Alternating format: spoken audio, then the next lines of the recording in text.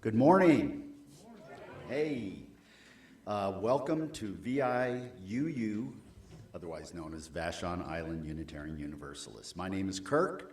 I use he, him pronouns, and I will be your service leader today. If you're visiting, please participate as you feel comfortable.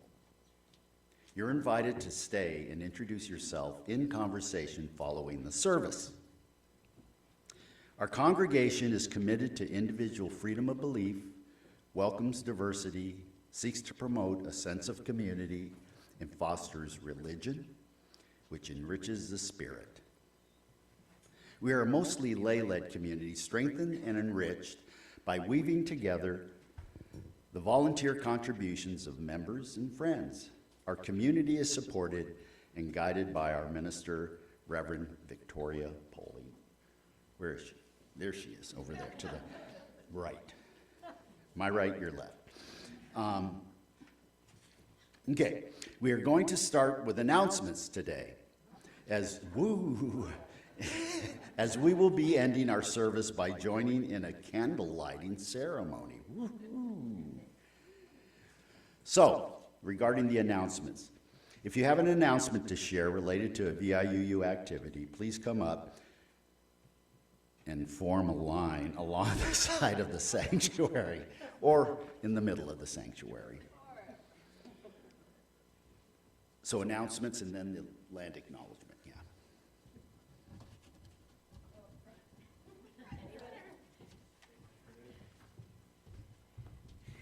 I was not prepared so early to get going. My name's Catherine. A couple things. So we've been working on this. It's the order of service. It's the order in which we do things every Sunday. And back, except for today. Leave it to the UUs to switch it up. And so back in the day, we used to do paper copies when we knew we had all of our ducks in a row and knew the speaker and the readings. And since then, we don't do that so much. But sometimes you still like to see what to expect or information about us or what does it mean to be a Unitarian? So on the back is our principles, and then the new thing called shared values. So I encourage you to pick up an order of service. We had lots of people give us their input on it, so it's good. Okay, one more, sorry. Take a deep breath. Next Sunday, we're lucky. December has 5 Sundays in it. We're honored to welcome guest UU Minister Reverend Bruce Bodie, Minister Emeritus at Quimper UU in Port Townsend. So the service will explore some surprises that may occur in the process of letting go and bidding goodbye to the Christmas and holiday season, as well as the passing year. The service will conclude with a composting communion, which is exciting. It's designed to clear space and make energy available for whatever is before us in the new year. Our musician will be Xander Knott. Some of you remember him. He graduated in our ORE program and is now in his 2nd year studying piano in New York City. So that's super exciting. It's the 5th Sunday, I said that already. Our Sunday setup crew isn't as robust in the 5th Sunday, so if folks would be willing to volunteer to bring food or come early to set up, that would be helpful. Please just let Kate or Earl know, and that's it for me.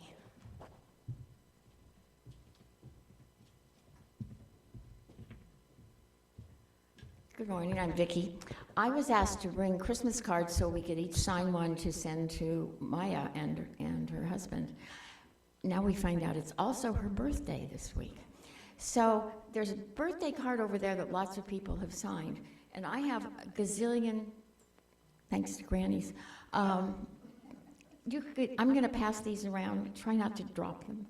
I'm gonna keep the envelopes with them and then put them on the counter after you've done it. Just write a little love note. She'd love it, so thank you. Huh? Can we also send some to Sally Betts, who has COVID? Oh. Yeah, take 2.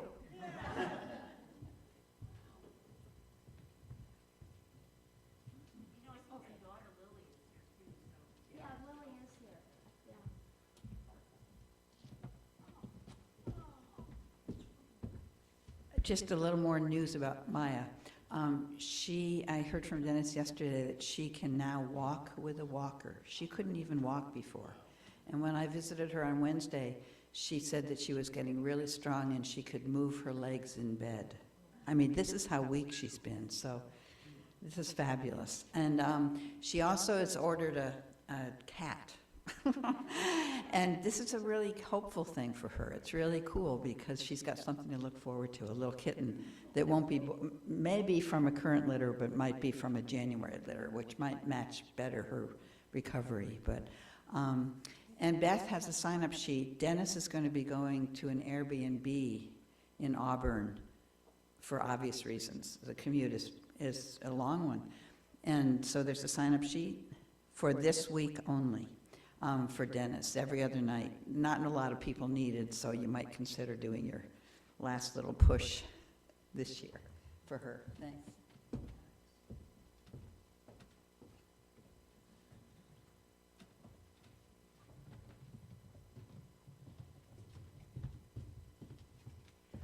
Don't forget to take your lights home tonight. Your lights. Some people brought lights, sparkle lights. Twinkle lights. You missed the party, Mary. It was really good.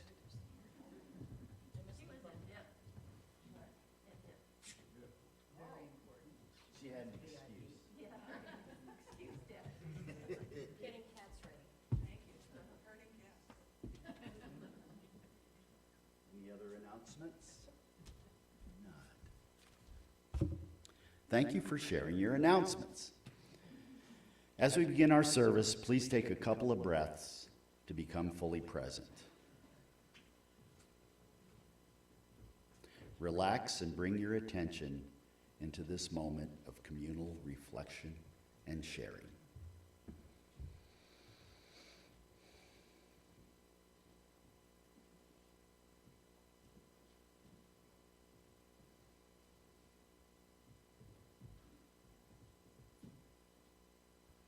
Thank you.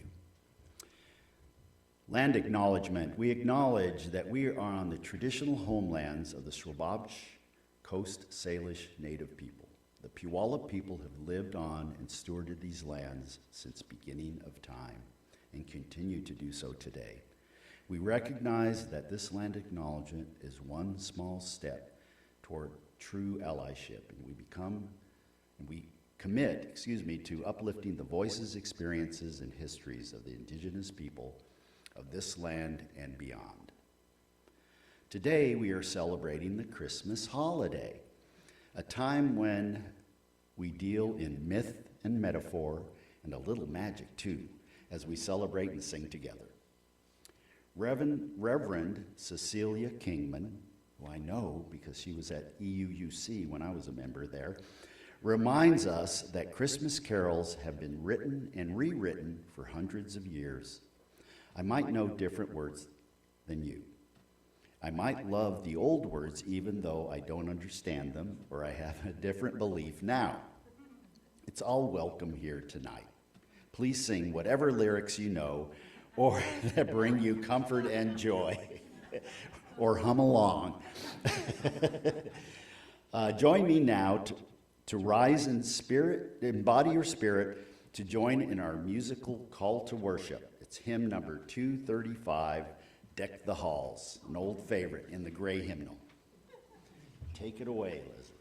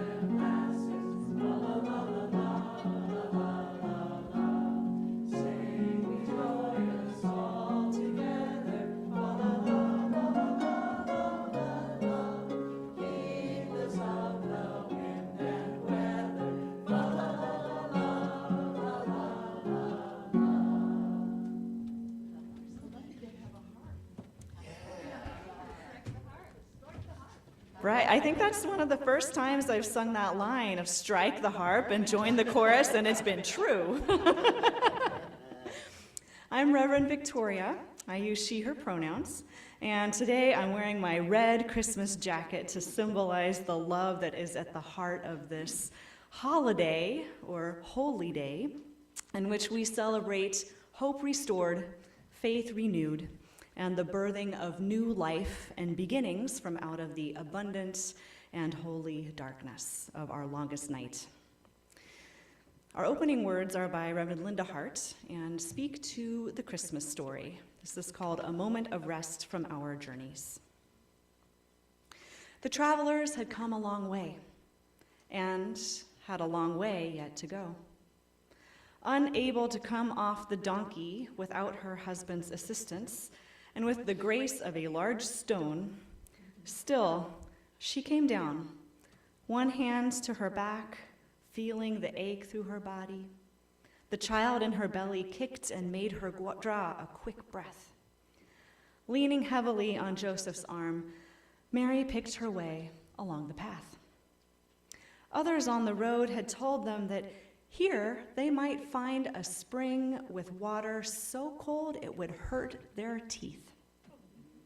Here they might find a place of shelter and calm where they could bed down for the night.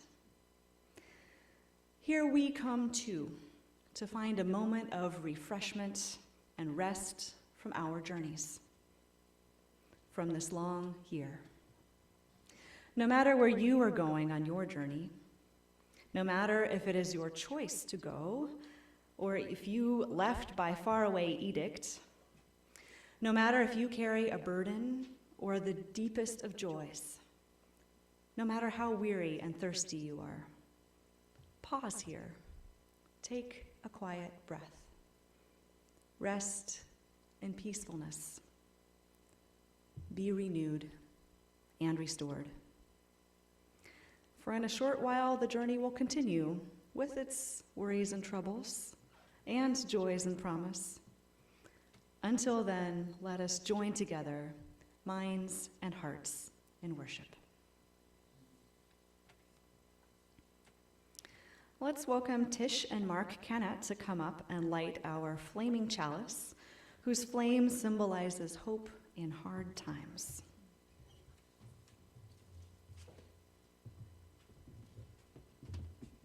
Morning.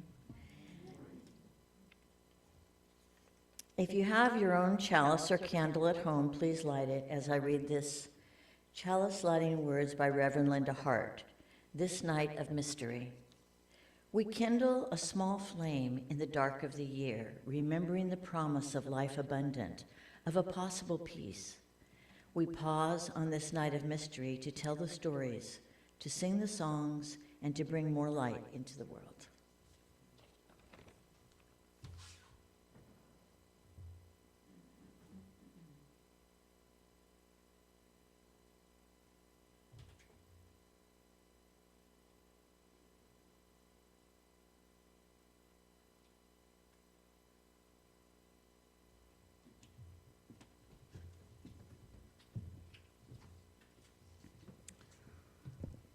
Because we can't have enough light in these long nights and short days, I'd like to invite Sheila Brown to come forward to light our Advent candles.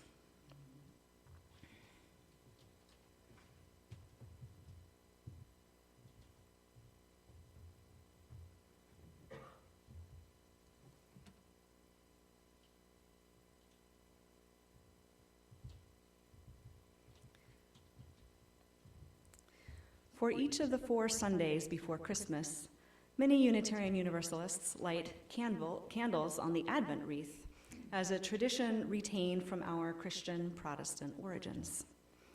Each light is a step into the winter towards the turning of the year, when we lean in expectation into all that is being born in us at this holy time of year, when the unknown lies before us, rich with possibility. Today we light the first candle for hope, for that which is best in us to rise and enliven our souls and our relationships. The second candle we light for peace, for the courage to soften what is rigid in our hearts, to find that soft spot and stay with it. We light the third candle in the name of joy. Joy in the shape of gratitude for all that is our life, and joy and expectation of the world that we continue to build and create with one another. The fourth candle is lit in the name of love as that creative force that moves through all of our lives. And finally, on Christmas Day, today is our Christmas Day for the purposes of VIUU. We light the central candle, the light that shines in bleak places with the full power of faith. We know, says Reverend Bill Sinkford, how real the brokenness of the world is, but we will not give brokenness the last word. May this light bear our hopes as well as our faith in love, in goodness, in compassion, and in justice. The light shines in the darkness as the darkness gives shape to the light. Thank you, Sheila. Please join in singing our Advent hymn. This is called Let Christmas Come. It was written by a Unitarian minister, Reverend Dr. John Handley Morgan, who was a civil rights and peace activist and poet. So this is number 224 in the gray hymnal, and you're welcome to rise in body or spirit, and Leslie will play the melody through once for us to hear it before we sing the lyrics.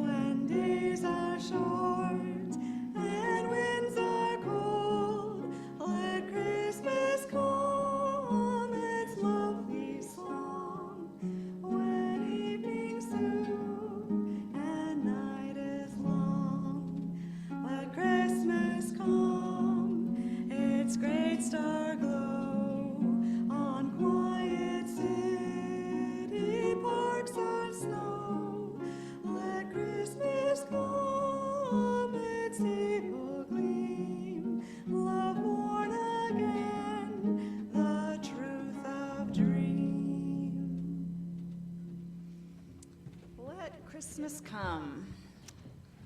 Is Christmas on its way? I think I hear something. What could it be? Hey, Mary DeMange, can you come help me with this and tell us what's happening? Sure, I can. Oh, thank you. Thank you. Here we go.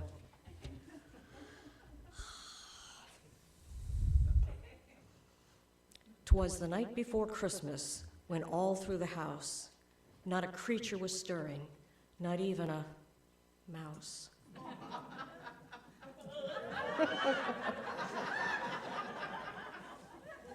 The stockings were hung by the chimney with care, in hopes that St. Nicholas soon would be there. The children were nestled all snug in their beds, with visions of sugar plums danced in their heads. And Mama in her kerchief, and I in my cap, had just settled our brains. Where's my brain? For a long winter's nap. When out on the lawn, there rose such a clatter. I sprang from my bed to see what was the matter. Ebenezer. Wrong story. Oh. Away to the window I flew like a flash, tore open the shutters, and threw up the sash. The moon on the breast of the new fallen snow. The moon on the breast of the new fallen snow gave a luster of midday to objects below. When what to my wondering eyes did appear but a miniature sleigh and 8 tiny reindeer. Okay, don't look too close. With a, whoops, come here, come on. Oh, all right, here we go. Never mind. With a little old driver so lively and quick, I knew in a moment it must be St. Nick. More rapid than eagles, his coursers they came, and he whistled and shouted. Does anybody know how to whistle? Can anybody whistle? Okay. Oh, okay. And shouted. Does anybody know how to shout? Called them by name. Now Dasher, now Dancer, now Prancer and Vixen. Oh, Comet, on Cupid, on Donner and Blitzen. To the top of the porch, to the top of the wall. Now dash away, dash away, dash away all. Come on up here, Donna. You know this. Come on. Come on. What are So- you asking me to do? Yeah, just come, just do this with me. Okay. So up to the house. You want me to talk? No, No, I'll just, act it out. So up to the housetop the coursers they flew, with the sleigh full of toys, and St. Nicholas too. Then in a twinkling I heard on the roof the prancing and pawing of each little hoof. That's enough. As I drew in my head and was turning around, down the chimney St. Nicholas came with a bound. He was dressed all in fur, with his head to his foot, and his clothes were all tarnished with ashes and soot. You know, you're making me nervous. No, it's good. Why It's don't I fine. go sit No, you can stay if you want, but I just realized, oh my gosh, she's making me nervous. Ooh, nice, I though. won't touch you. Nice and it's in a nice way. And his clothes were all tarnished with ashes and soot. A bundle of toys he had flung on his back. He looked like a peddler just opening his pack. His eyes, how they twinkled. His dimples, how merry. His cheeks were like roses. His nose like a cherry. His droll little mouth was drawn up like a bow, and the beard on his chin was white as the snow. The stump of a pipe he held tight in his teeth, and the smoke, it encircled his head like a wreath. He had a broad face and a little round belly that shook when he laughed like a bowl full of jelly. He was chubby and plump, a right jolly old elf, and I laughed when I saw him in spite of myself. A wink of his eye and a twist of his head soon gave me to know I had nothing to dread. He spoke not a word, but went straight to his work, and filled all the stockings, and then turned with a jerk. And laying his finger aside of his nose, and giving a nod, up the chimney he rose. He sprang to his sleigh, to his team, and gave a whistle. And they all flew away down. They all flew like the down of a thistle. Thank you. But I heard him explain ere he drove out of sight, Happy Christmas to all, and to all a good night.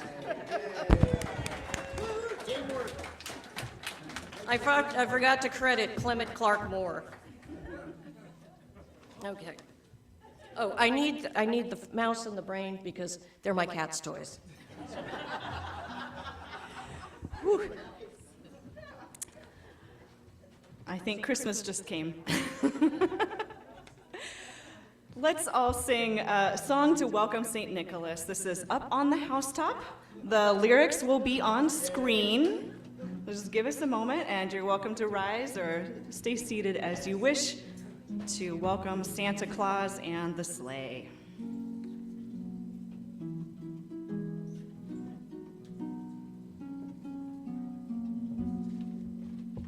Up on the housetop, reindeer paws. Out jumps good old Santa Claus. Down through the chimney with lots of toys. All for the little ones' Christmas joys. Ho, ho, ho, who would it go? Ho, ho, ho, who would it go? Up on the housetop, click, click, click. Down through the chimney with old Saint Nick. First comes the stockings in a row, filled with goodies top to toe. Then to the tree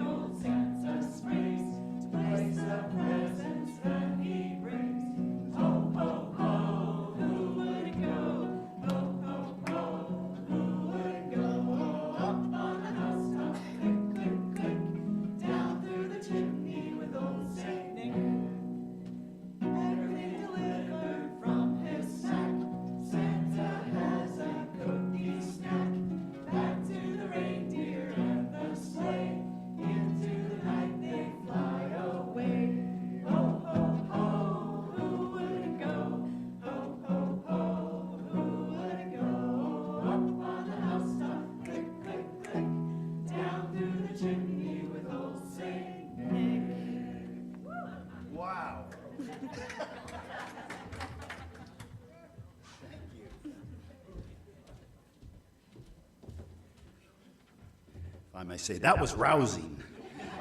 Yeah. Okay, in the spirit of gift giving and in the generosity of St. Nicholas, as a religious community, we give each one of us a place where we can do the work of many. Together, our light is much brighter than a solitary flame. Now is the time in our service when we share in the sacred act of giving, an expression of gratitude transformed into generosity that breathes life into our mission. Today's offering will support the congregation's budget, which helps fund our Vashon Island UU Ministerial Discretion Fund. This fund serves as a source of one-time grants to support those in our community who already sought out community resources and are in need of financial support beyond what is available from other organizations. As we typically invite an offering towards the ministerial discretionary fund only once a year. As typically invited, okay. Our ushers will now move among us. First time reading this, folks. Our ushers will now move among us with the baskets to collect the offering as Leslie plays We Three Kings.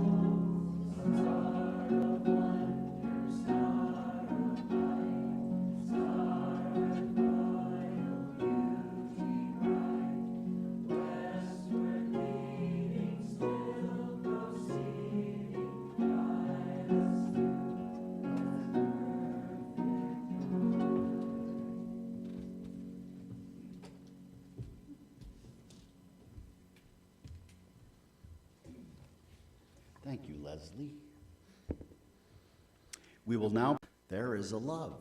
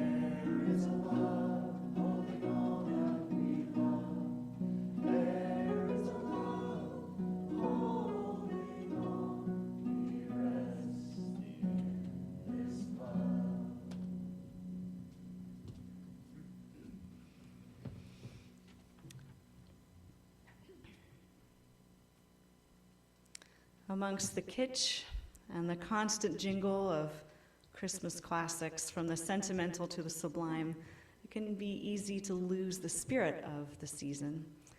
But as I listen to all the many joys and sorrows here today, I remember.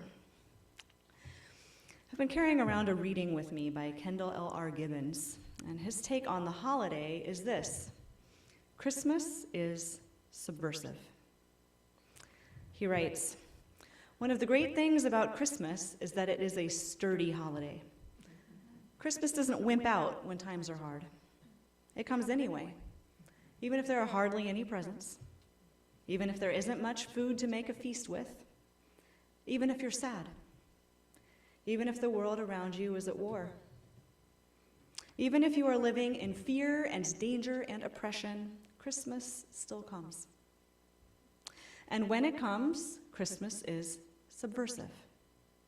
Christmas, with its story of an unwed mother and a doubtful father, with its legend of a helpless baby born in a stable, worshipped by some of the wisest, richest men in the world at that time, with its tale of the child pursued by the deadly wrath of a king, who escaped as a refugee to a foreign land far from home. Christmas, with its ancient, enduring summons of peace on earth, goodwill to all people, everywhere. You can't stop a day like that with a little hardship, or greed, or injustice. It will show up anyway, shining the lights of a midnight star into the deepest places of our collective lives. Do not underestimate the power of the manger and the hope it holds. The Christmas song of the angels is not as innocent as it sounds. It has turned the world upside down before now. It still can." The words of Kendall L.R. Gibbons. So let's take a listen then to that ancient story and listen for how the world might be turned upside down once more. Here's the ancient tale from the Christian scriptures from the book of Luke, chapter 2, verses 1 through 20, translated into English from the Greek in the scholarly New Revised Standard Version. In those days, a decree went out from Caesar Augustus that all the world should be registered. This was the first registration and was taken while Quirinius was governor of Syria. All went to their own hometowns to be registered.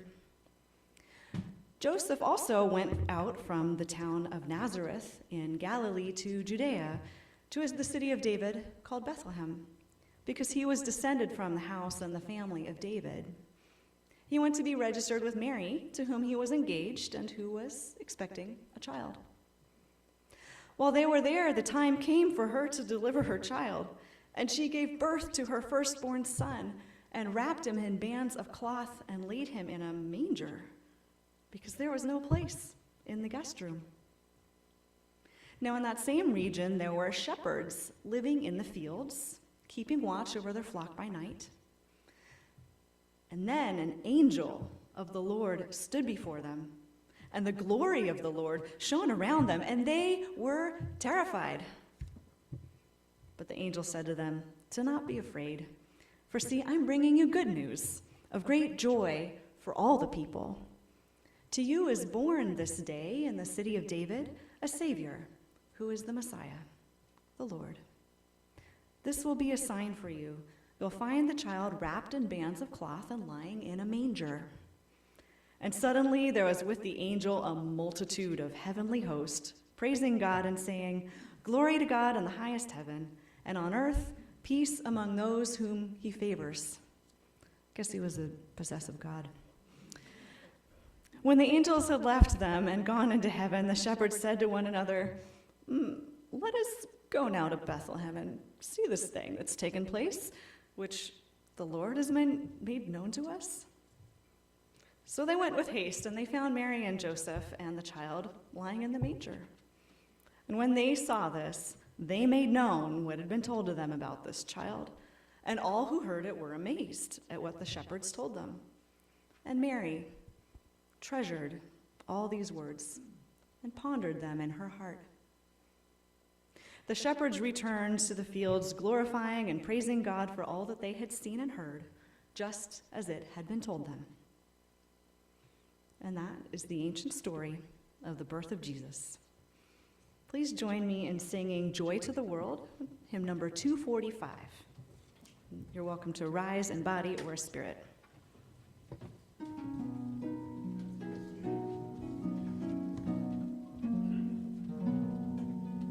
Joy to the world, the Lord is come. Let earth receive her King.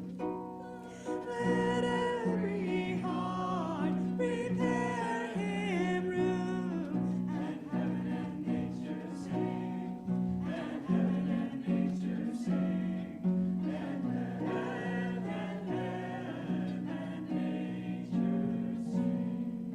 Joy to the earth, now gladness reigns. Let hearts sing songs and joy.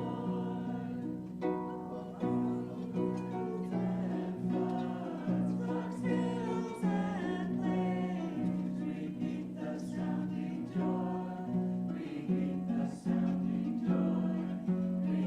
Repeat the sounding joy.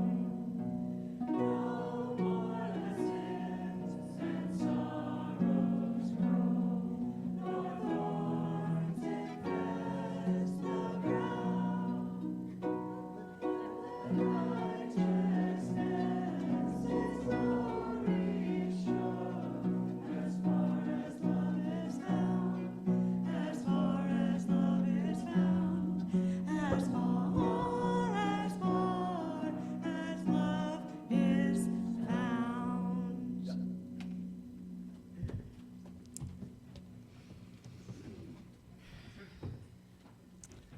So Christmas Eve is that time when we remember this powerful and subversive story of a helpless baby born in a manger to a teenage mom whose father couldn't totally be sure if the kid was his. In a country ruled by a king who was controlled by an emperor in another land across the sea who had an empire, and a child who escaped as a refugee. This child reminds us of a truth, of the tenderness and the preciousness of new life coming into the world no matter what is happening. It is said that the birth of Jesus turned the world upside down. And those of you in this room who are parents surely experienced the birth or the arrival of your own children into your household as a turning upside down moment of your own life until that time. Perhaps where the phrase having a come to Jesus moment comes from. That moment when you know your life is about to change, whether you're a Christian or not. That phrase is in the vernacular. Such is the truth-revealing power of an innocent, helpless baby. My old mentor, Reverend Bruce Bodie, who you'll hear from next week, reflects that there are some truths that are not literal truths. That's a good thing for us to reflect on in this time of truthiness. They're truths of the heart. And I think that the divine Christ child is such a truth. It's a spiritual symbol and not a historical figure. The Christ child has as little to do with the historical person of the Jesus of Nazareth as Santa Claus, who climbs down the chimney, has to do with the historical person of St. Nicholas. Doesn't mean Santa isn't real, right? Santa's a truth of the heart and of the mind and of the imagination. And as Reverend Bodie notes, these truths are so important that we try to make them historical, and we try to make them literal and concrete. Was this child really born in a manger? Was it really a virgin birth? Those aren't the questions to be asking. And when we ask those, we forget that the symbols have to do with deeper, essential truths of our lives. Because symbols pull together and they embody the essence of historical things. And they embody the essence of what we might become and what we might be striving for. And isn't that what Christmas is about? About living up to and into these symbols of the human heart.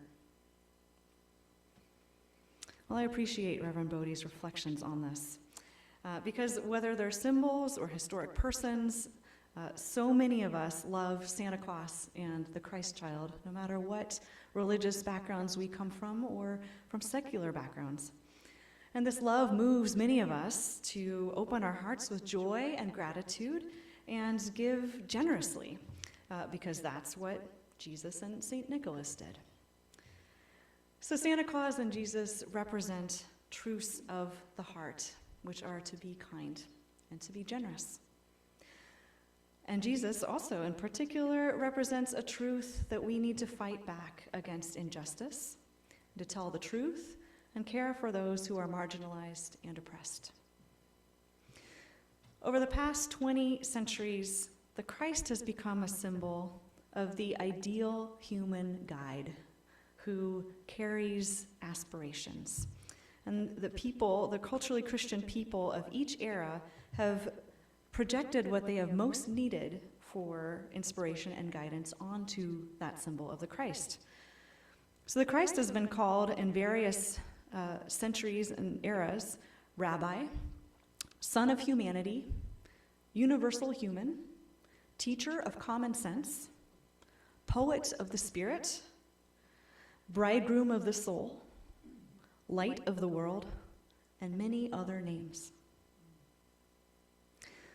These idealized images emerge from the times to reconnect people who experience them with what is most vital in human relations and in relation to the web of life of which we are a part, which nourishes and sustains us.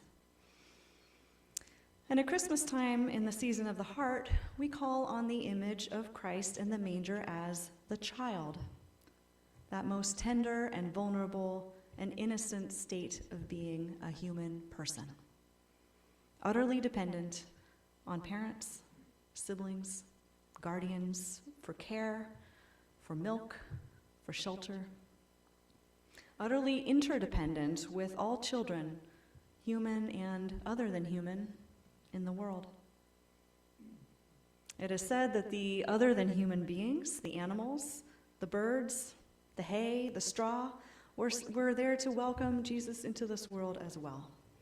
Innocent, open, and already being hunted by a jealous king, afraid of a prophecy that he would lose his throne to a baby.